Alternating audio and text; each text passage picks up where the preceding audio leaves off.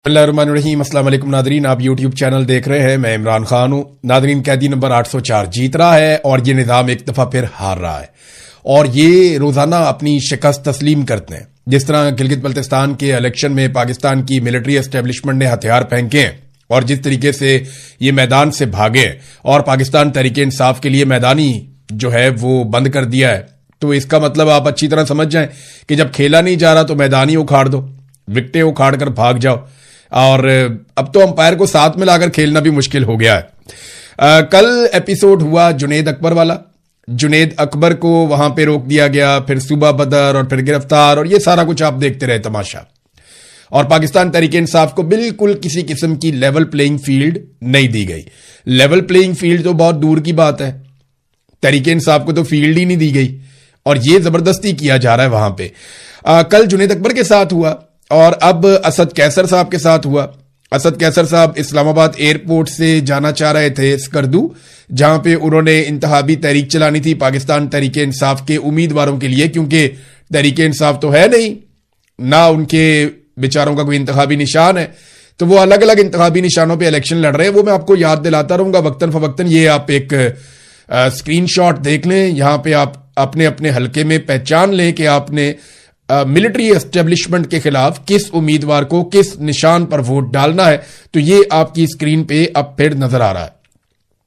तो नाजरीन, ये असद कैसर साहब को रोकने के लिए पंजाब पुलिस इकट्ठी हो गई और उन्होंने एयरपोर्ट जाने वाला रास्ता बंद कर दिया। अब ये वहां पे खड़े हैं, पीछे गाड़ियों की कतारें लग गई।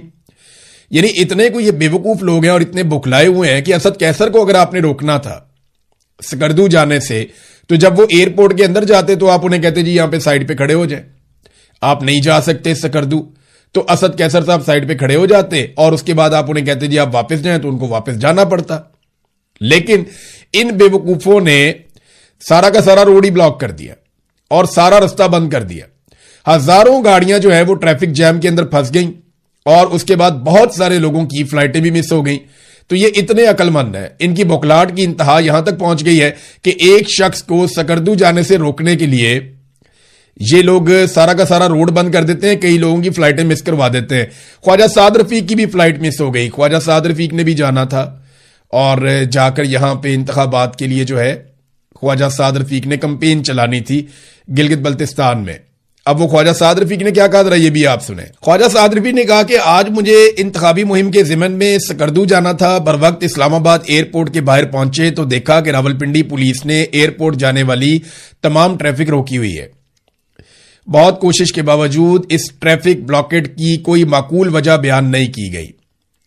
एयर ब्लू ने भी जो है वो एयरपोर्ट के गेट पर ट्रैफिक की जबरी बंदिश के बावजूद फ्लाइट को वक्त से पहले क्लोज किया। स्कर्दू के लिए मुझ समेत 13 मुसाफिरों की फ्लाइटें मिस हो गईं। हमारे गिर्द सैकड़ों मुसाफिर, खवातीन, बच्चे, बुजुर्ग गर्मी में रुल रहे थे। मुख्तलिफ फ्लाइट्स के बहुत से मुसाफिरों की फ्लाइट्स मिस हुई, प्रोग्राम खराब हुए। घंटों की खज्जल खुआरी के बाद वापस लौट आए हैं। बेहिसी और नलायकी की भी कोई हद होती है। अजराए करम दहशतगर्दी की इतला वाली कहानी सुनाने की कोशिश ना की जाए।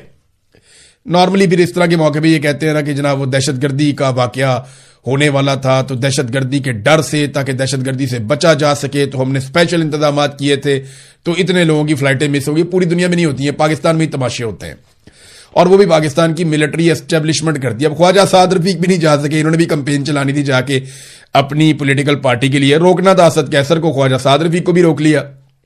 लेकिन ये जुनेद अकबर से, असद कैसर से ये इतना डरते हैं, तो आप सोचिए कि ये इमरान खान से कितना डरते होंगे, कितने खौफजदा होंगे कि ये इन लोगों को कैंपेन नहीं करने दे रहे। तो इमरान खान, मैंने आपको पहले बताया कई मरतबा कि जब तक आसिम मुनीर साहब हैं और जब तक आसिम मुनीर साहब के साथ कोई इमरान खान साहब की डील नहीं होती, जब तक कि आसिम मुनीर साहब को इस बात का यकीन नहीं आ जाता कि वो किसी खतरे में नहीं रहेंगे इमरान खान की वजह से, तब तक इमरान खान को ये कभी नहीं छोड़ेंगे। याद रखिएगा, पाकिस्तान की मिलिट्री एस्टेब्लिशमेंट इमरान खान को अपने बारे में या अपने हवाले से सबसे बड़ा खतरा समझती है और वो इमरान खान को तब तक नहीं छोड़ेगी जब तक कि उनको मुसीबत नहीं पड़ जाएगी। ये अवाम इमरान खान को छुड़ाएगी। जब अवाम इनको जकड़ लेगी और इनसे कहेगी कि इमरान खान को छोड़ो, तो फिर आप देखेंगे कि अदालतों से इंसाफ भी मिलेगा, फिर इमरान खान साहब बाहर भी आएंगे। जब इनके ऊपर दबाव पड़ेगा, और दबाव पड़ने के 3-4 तरीके हैं। नंबर एक, इनकी मईशत के अंदर वो दुर्गत बन रही है कि ये पाकिस्तान को चलाने का घसीटने के काबिल भी नहीं रहे। पाकिस्तान की मईशत की इन्होंने मंजी ठोक दी है, कोई इनको पैसे भी नहीं दे रहा और अवाम के ऊपर बोझ बढ़ता चला जा रहा। एक दबाव इनके ऊपर ये आएगा बहुत शदीद।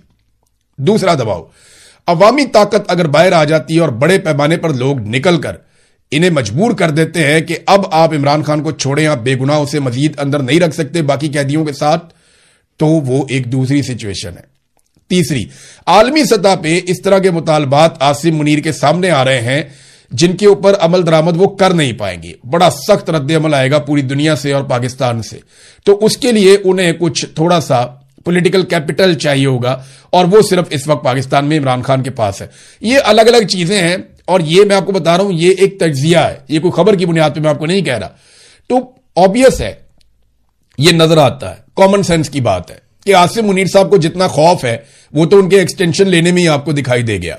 आपको पता चल गया कि जनाब बहुत खौफजदा है, इन्होंने एक्सटेंशन ले ली। 3 साल के बाद ना सिर्फ इन्होंने एक्सटेंशन ली बल्कि इस्तिस्ना भी ले लिया, तो वो बहुत डरे हुए हैं। लिहाजा वो कभी भी इमरान खान को नहीं छोड़ेंगे जब तक कि उनको छुड़वाया नहीं जाएगा। असद कैसर साहब ने एक स्टेटमेंट जारी किया बाकी लोगों के साथ बैठकर, उन्होंने कहा जी मैं स्कर्दू जा रहा था जहां 7 जून को इंतखाबात हो रहे हैं, वहां हुकूमती वुजरा पहले से मौजूद हैं, हालांकि वुजरा इंतखाबी मुहिम नहीं चला सकते। मेरी सुबह 9:30 बजे फ्लाइट थी मगर एयरपोर्ट जाने वाली सड़क ब्लॉक कर दी गई। डीएसपी समेत पुलिस की भारी नफरी मुझे रोकने के लिए तैनात थी। सबसे पहला सवाल यह है कि पंजाब पुलिस कैसे मुझे गिलगित बल्तिस्तान जाने से रोक सकती है? पंजाब पुलिस ने इंतहाई गैर इखलाकी हरकत की है। मैं साबिक स्पीकर कौमी असम्बली और मौजूदा रुकन असम्बली हूं, जबकि यह एक वफाकी मामला है। बिलावल भुट्टो भी वहां गए, वजीर आजम ने भी वहां जाकर ऐलानात किए और पीपल्स पार्टी और नून लीग की पूरी फौजे जफर मौज वहां बैठी हुई है, मगर पीटीआई के साथ इम्तियाजी सलूक किया जा रहा है। हमारे सूबाई सदर जुनेद अकबर को सूबा बदर किया गया। यह किस किस्म का नक्शा पेश किया जा रहा है? यह असद कैसर साहब ने एक स्टेटमेंट जारी किया और पाकिस्तान तहरीक इंसाफ खैबर पख्तूनख्वा ने इसको छापा भी है। एक लेटर भी लिखा सुहेल अफरीदी साहब ने। वैसे इन चीजों से फर्क कोई नहीं पड़ेगा, एस्टेब्लिशमेंट ने अपना फैसला किया हुआ है और उन्हें हुक्म आया हुआ है। देखिए, मुझे ना एक दिन एक सीनियर फौजी ऑफिसर ने यह बात बताई थी। उसने मुझे कहा था कि हमारे यहां ऐसा नहीं होता कि हम पॉसिबिलिटीज देखते हैं कि यह काम कैसे होगा। उसने कहा हमें ऑर्डर आता है और फिर हम पॉसिबिलिटी बनाते हैं कि यह काम हमने कैसे करना है।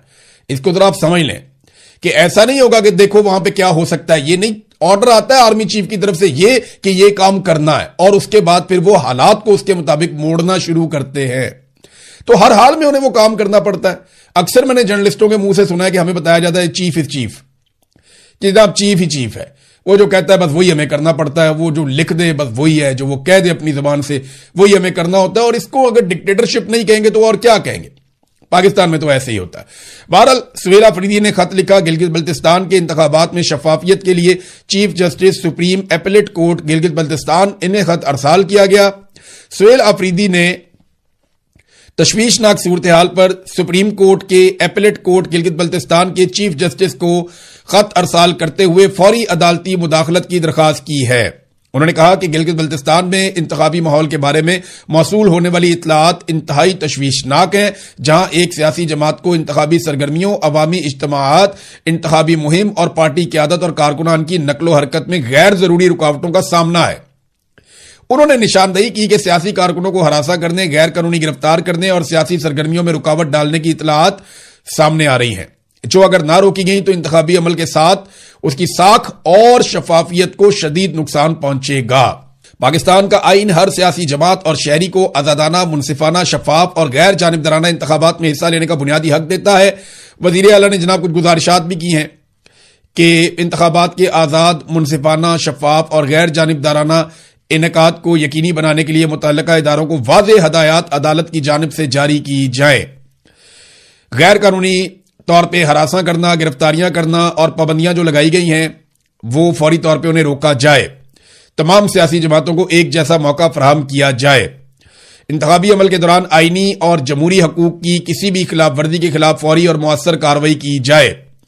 अदालत से अपील की कि वो अपने आईनी इख्तियारात इस्तेमाल करते हुए कानून की हुक्मरानी, जमहूरी इक़दार के तहफ़्फ़ुज़ और अवाम के इंतखाबी अमल पर एतमाद को यकीनी बनाने के लिए जरूरी अहकाम जारी करें। अच्छा, एक चीज और करनी चाहिए, एक और भी चीज है वो होनी चाहिए। पाकिस्तान तहरीक इंसाफ के हमायत याफ्ता जितने भी उम्मीदवार वहां पे इलेक्शन लड़ रहे हैं, और जितनों को मजीद वो अपने साथ मिला सकते हैं, इन सबको एक मुश्तरका तौर पे खत लिखना चाहिए इसी चीफ जस्टिस को, एपेलेट कोर्ट के, और इसको रिकॉर्ड पे रखना चाहिए कि हमें ना कैंपेन चलाने दी जा रही है, ना हमारी क़यादत को यहां पे आकर जलसे जुलूस करने की इजाजत दी जा रही है, हमारे रास्ते रोके जा रहे हैं, हमारे वोटों को दूर दूर के इलाकों में ट्रांसफर किया जा रहा है और मिलिट्री एस्टेब्लिशमेंट इसके अंदर बेजा मुदाखलत कर रही है इलेक्शन में। इसको रिकॉर्ड के ऊपर जरूर रख लें। ये आज या कल के दिन के अंदर पाकिस्तान तहरीक इंसाफ के हमायत याफ्ता तमाम उम्मीदवारों को, जो बाकी उम्मीदवार हैं जिन मजीद के साथ भी ज्यादती हो रही है ना, यानी वो तो जीतने की दौड़ में तो नहीं है, बहुत सारे उम्मीदवार होंगे बीच में, तो उनको भी साथ शामिल करें और उनको भी लेटर लिखवा के जाके कोर्ट को देकर आए। ये जब इस तरह के लेटर्स लिखेंगे ना और एक पटिशन बेशक डाल दें ताकि ये रिकॉर्ड का हिस्सा रहे और कल को ये चीजें काम आएंगी। काजी फायद साहब को याद है वो क्या कहता था? वो कहता था जनाब जब ये हो रहा था तब आप क्यों नहीं है, वो सारे नस्से बज्जे हुए थे बेचारे, कहां से आते? तो ये इनका बहाना कल को होता है। लिहाजा पाकिस्तान तहरीक इंसाफ को अपने तमाम कैंडिडेट से भी इसी किस्म का एक लेटर या एक पटिशन जो है वो अदालत में डलवानी चाहिए। अब नाजरीन, अमीर मुकाम का बेटा जो अपोजिशन लीडर है यहां खैबर पख्तूनख्वा में, वो जब पहुंचता है वहां पे तो उसे प्रोटोकॉल दिया जाता है और फौजी उसे प्रोटोकॉल दे रहे हैं, फौजी उससे हाथ मिला रहे हैं, उसको प्रोटोकॉल दे रहे हैं, उसको रास्ते बनाकर दे रहे हैं। तो एक तरफ जो पाकिस्तान की फौज है, जो पाकिस्तानियों की फौज है, पाकिस्तानी टैक्स देते हैं तो ये फौज बनती है, चलती है। ये फौज एक पॉलिटिकल पार्टी के एक लीडर को प्रोटोकॉल दे रही है और उसको सहूलतकारी कर रही है इलेक्शन के बीच में, और दूसरी पॉलिटिकल पार्टी को दीवार के साथ लगाया जा रहा है। उसके लोगों को या तो आने ही नहीं दिया जा रहा और जो आ जाता है असल में ये रिस्पॉन्स से डर गए। जुनेद अकबर साहब को जिस तरह का रिस्पॉन्स मिला ये उस रिस्पॉन्स से डर गए।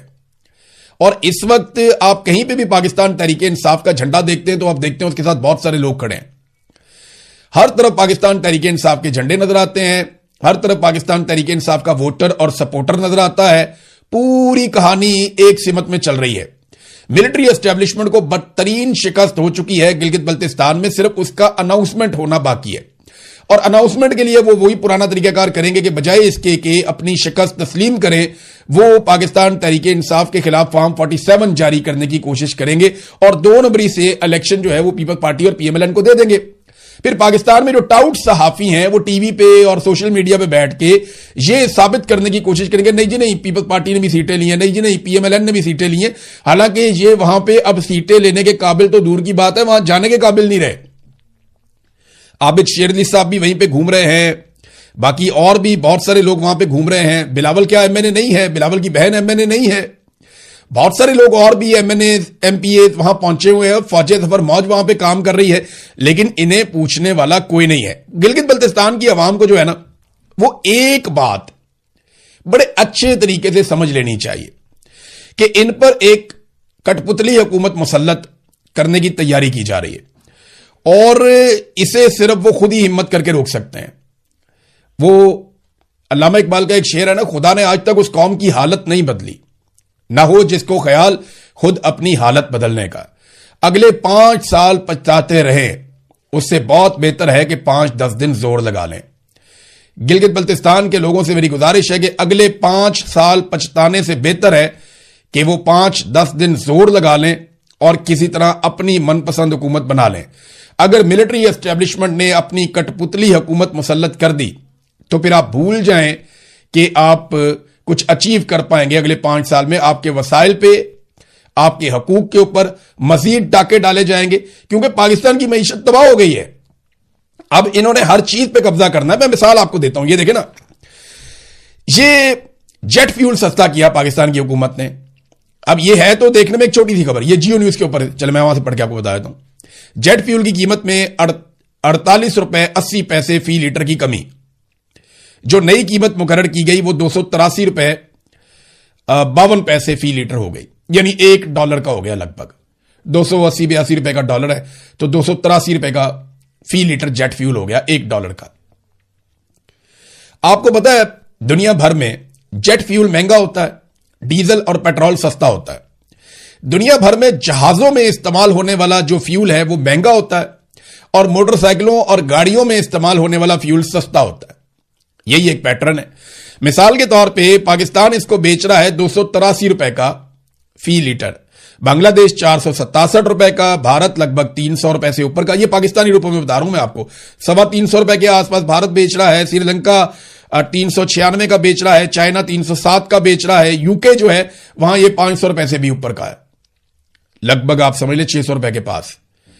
तो पूरी दुनिया में जेट फ्यूल जो है वो महंगा है, कि जहाज में इस्तेमाल होने वाला फ्यूल महंगा है, उसको रिफाइन करने की कॉस्ट होती है ना, वो बड़ा महंगा पड़ता है। डीजल और पेट्रोल पूरी दुनिया में सस्ता है, यानी गरीब का फ्यूल पूरी दुनिया में सस्ता, अमीर का फ्यूल पूरी दुनिया में महंगा। पाकिस्तान में उल्टा चक्कर है, क्यों पता है आपको? मैं आपको बताता हूं।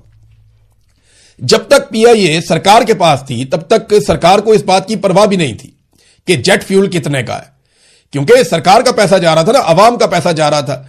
जब से पीआईए फौजी फाउंडेशन के पास गई है, पाकिस्तान में एयरलाइंस वालों की मौजें लग गई हैं, क्योंकि अब जेट फ्यूल महंगा नहीं होगा।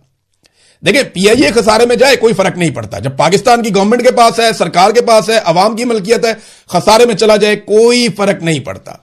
लेकिन जैसे ही ये जाएगा मिलिट्री एस्टेब्लिशमेंट के एक इदारे फौजी फाउंडेशन के पास, तो अब इसको खसारे में नहीं जाने देना।